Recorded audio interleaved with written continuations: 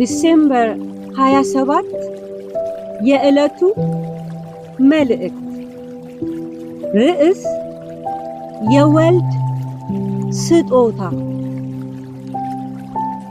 የኃጢአት ደሞዝ ሞት ነውና የእግዚአብሔር የጸጋ ስጦታ ግን በክርስቶስ ኢየሱስ በጌታችን የዘላለም ሕይወት ነው። ሮሜ ምዕራፍ 6 ቁጥር 23። ሐዋርያው ጳውሎስ የኃጢአትን ዓለም አቀፋዊ ይዘትና ውጤት ካመለከተ በኋላ የመፍትሄው መንገድ በክርስቶስ ኢየሱስ የዘላለም ሕይወት መሆኑን ተናግሯል።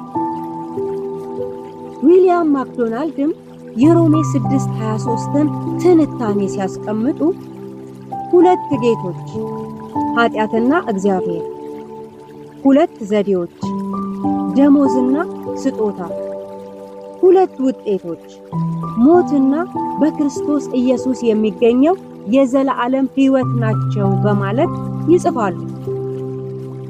ጌታ ኢየሱስ የዘላለምን ሕይወት የሰጠን በመስቀል ላይ የእኛን የኃጢአትን ቅጣት ከተቀበለ በኋላ በሞቱና በትንሣኤው ስለሆነ ከምንም በላይ ለተከፈለልን ዋጋ አክብሮት መስጠት ይገባናል።